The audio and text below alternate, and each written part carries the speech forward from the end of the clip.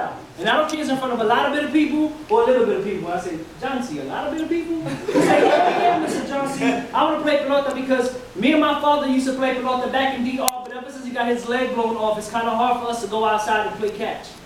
So I want to play pelota in front of a little bit of people or a lot of bit of people, so my father could sit in the stands and be like, hey, that's my boy, that's an enemy.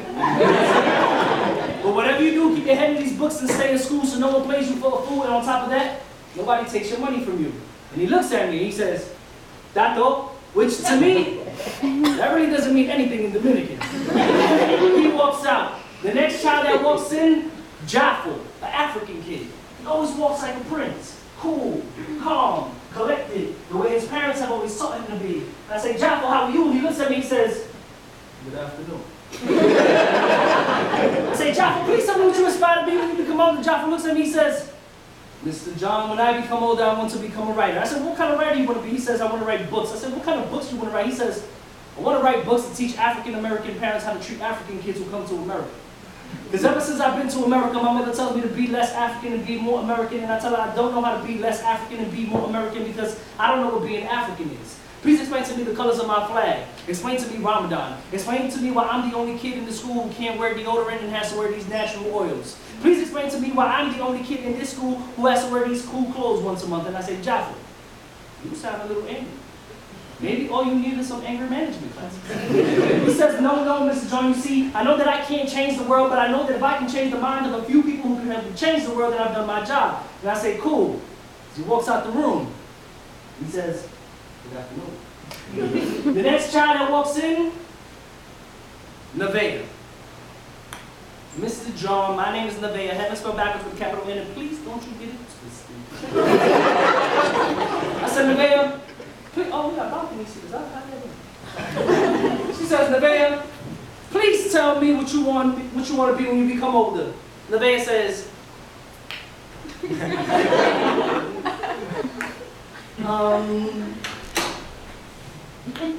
don't think I can tell you what I want to be when I become older. I want to be man, what you want me to be when I become older, okay? I say, Nevaeh, you don't slow your little ass down. And she says, Mr. John, I don't think I can tell you what I want to be because what I want to be may not be what you want me to be. And I say, okay, test me. And she looks at me.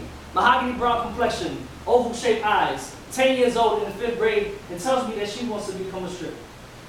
So being the adult in the room, and because I can't discourage any of my kids from any of their dreams, I ask her, okay, Nevaeh, what kind of stripper you want to be? I slap myself in the forehead because I can't believe I'm about to have a conversation with a 10-year-old on what kind of stripper they could possibly be. So I tell her, maybe you want to be the kind of stripper that slides down poles, taking the poles gets touched by various men. She says, ew, Mr. John, you know how many women slide down those poles? I say, just like dope. really dope. I said, okay, well, maybe you want to be like them girls in the videos who get champagne poured all over their head. She said, ew, Mr. John, like, I'm a black girl. You know how long it's going to take for my hair to get done after it's been wet? I said, sound like a good idea, bet. So maybe you want to be like Jermaine Dupri and Janet Jackson in that video, where Jermaine Dupri takes out his credit card, puts it in through the wall, the screen goes up, Janet Jackson is dancing behind that screen. She doesn't get touched, she doesn't take off her clothes, and it seems like she makes some pretty good money. She says, that sounds like a good idea. Then I slap myself in the forehead again because I can't believe I just agreed with a 10-year-old what kind of stripper they could possibly be. But I know there's more to this story. So I asked her, Nevaeh, please tell me why you want to become a stripper. And she looks at me and she says, Mr. John, the only reason I want to become a stripper is because I could possibly make more money in 2 business days than some of these business bitches can make in 2 weeks. Pardon the way that I speak. I want to be able to help my mother and my grandmother put more food on the table. I want to be able to help my mother send my siblings to better schools. So I asked her again, Nevaeh, please tell me why you want to become a stripper. She says, Mr. John, I'm tired of being the ugly girl in school. If I had money, I could be the pretty girl in school. I could be the one who walks down the hallway and they says, there goes Nevaeh, the cute girl in school, the girl who always has her hair done in school, the girl who never comes to school with the hand-me-down clothes that her cousins give her, the pants with the holes in them every time she comes to school. So I asked her again, Nevaeh, please tell me why you want to become a stripper. She says, Mr. John, the only reason I want to become a stripper is because just maybe if I were a stripper, my father would come see me more often.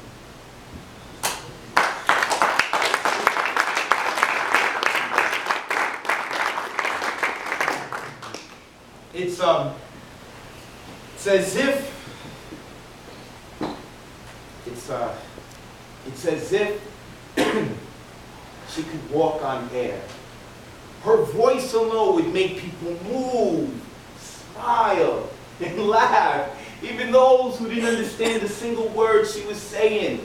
She runs vibrations through my torso and the waterfalls through my eyes, running energy through my arteries, pumped out of my chakras. She is sequacious. She is possessive. She is salsa. I began to study her language on my own. Over the course of burnt books and charcoal artistry, I found remnants of the childhood of her greatest grandparents. Gramps and his Bantu dialect was learning how to harness these drums called the makuta and the yuca and the bembe. Grandma was learning how to charm la clave and teaching wires how to manipulate sound.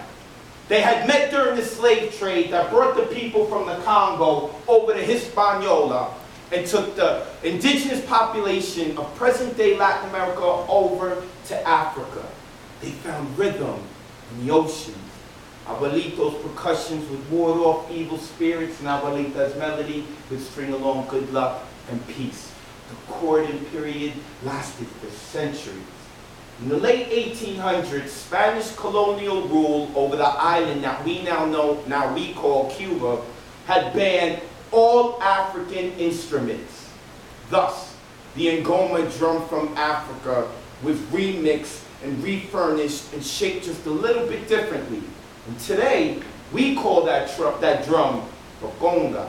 Its name, paying homage to the homeland of its forefathers. Half a century later, and crony capitalists fell victim to its seduction. Now, the movements and sounds never assimilated, but got its American roots during the Prohibition era.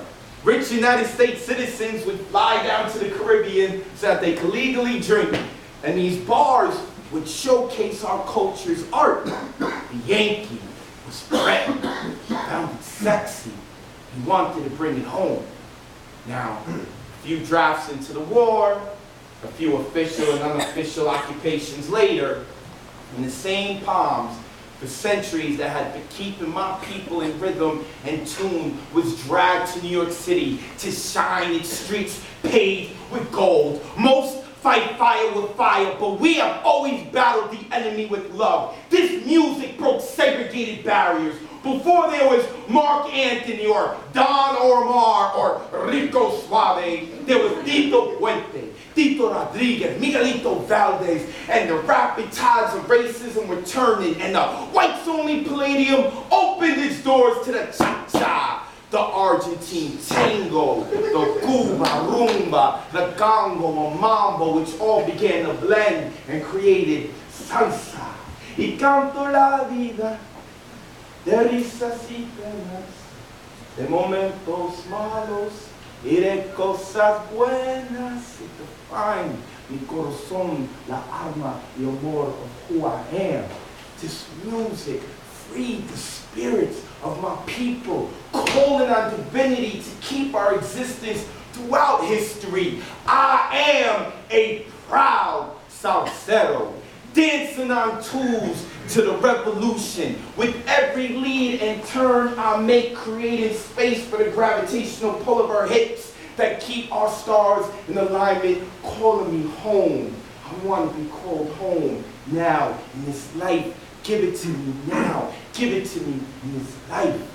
Que me lo den, que me lo den, que me lo den, mentira. Que me lo den, que me lo den.